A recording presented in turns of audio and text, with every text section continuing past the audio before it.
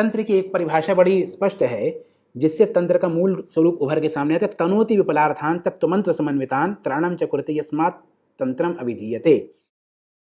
तनोति विपुलार्थान, जिससे विपुल प्रकार के अर्थ माने संसार के जो जीव हैं वो अर्थ। इसके लिए आप ग्रंथ है आपका वाक प्रपंच भर्तृहरि का वाकपदीयम पढ़ेंगे तो उसमें पहले ही श्लोक में आती है अर्थवाद की बात कही गई है वहाँ पर। तो तनोति विपुलार्थान तत्वमंत्र समन्वितान, तत्व और मंत्र से समन्वित। तो तत्व माने देशध्वा और मंत्र माने कालध्वा। त्राणम च कुरुते यस्मात्, इन दोनों से जो त्राण करे तंत्रम इत्यभिधीयते, उसको तंत्र कहा जाता है, उसका विधान तंत्र के स्वरूप में होता है, ऐसा कहा गया। तो मंत्र और तत्व माने क्या? तो देखिए होता क्या है कि तंत्र की मूल अवधारणा ये है कि स्पेस और टाइम, देश और काल। जैसे आजकल बहुत से लोग कहते हैं कि जो भी चीज़ कह दी जा रही है तो कह देते हैं कि कोई भी इन्वेंशन होता है तो कह देते हैं ये तो हमारे शास्त्रों में लिखा है, एक ट्रेंड चला दिया है, ये सही में लिखा हुआ है। स्पेस और टाइम की बात आजकल बहुत चल रही है। हमारे स्पेस टाइम बहुत पुरानी बात है। बात सोचिए कि बलराम जी की पत्नी गई थी वहाँ ब्रह्मलोक, वहाँ से लौट के आई तो युग परिवर्तित हो गया और वो कुछ घंटों के लिए गए। तो दिस इज़ रिलेटिविटी। ऐसे बहुत से उदाहरण शास्त्रों में प्राप्त होते हैं। तो ये रिलेटिविटी कॉन्सेप्ट तो हमारे पुराणों में है ही, हमारे पुराणों में ये कॉन्सेप्ट है। तो उसी प्रकार से स्पेस और टाइम की बात, स्पेस माने तत्व माने क्या होता है, जो हमारे दो प्रकार के अध्वा कहे जाते हैं, देशध्वा और कालध्वा। तो देशध्वा और कालध्वा जब शुद्ध हो जाता है तो साधक को उसके विश्व में शिवत्व की जागृति होती है। तो तंत्र की मूल अवधारणा क्या है कि हर जीव शिव है, उसको यह अनुभूत हो जाए। हर जीव शिव है, विश्व में शिव, विश्वोत्तीर्ण शिव, इस भाव में उसको आ जाए। यही तंत्र के साथ, इसी को प्रत्यभिज्ञा कहा जाता है कि मैं स्वयं को जान लूँ कि मैं शिव हूँ।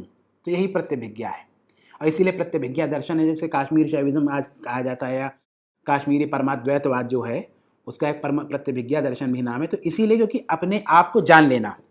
तो जब अपने आप को जान लिया आपने तो वही, तो कैसे जानोगे, जानने का मार्ग क्या है? तो तत्व माने कि जो आपके वर्ण पद और मंत्र, इसके अलावा आपके कला तत्व और भुवन, इनके जब आप तत्व कला भुवन इन तो कला तत्व भुवन ये आपके देश अध्वा में चलेंगे, वर्ण पद मंत्र आपके काल अध्वा में चले गए। तत्व का प्रभाव क्या होता है? तत्व आपको अपने विश्वमयत्व की अनुभूति होती है कि ये जो समस्त संसार है वह इस शरीर में ही व्याप्त है। यथा पिंडे तथा ब्रह्मांडे का सिद्धांत होता है। समस्त संसार इस शरीर के अंतर्गत व्याप्त है। घट, इस घट में व्याप्त है। हठ योग में कहा था घट, इस घट में सब कुछ व्याप्त है। तो योगी एक बहुत सिद्ध योगी हुए काशी के, उनका रमता है सुगौन घट घट में विराजत है। तो हर एक घट में कौन विराजता है? वो परमेश्वर ही तो विराज रहा है। और कौन विराज रहा है? हर घट में ये इस घट में परमेश्वर विराज, ये घट है, इसको हठयोग में घट कहा है।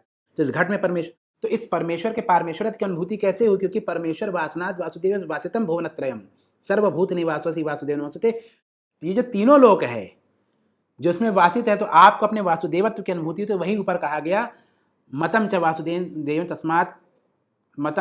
तस्मात् आगम उच्यते। वही बात यहाँ पर हो रही है।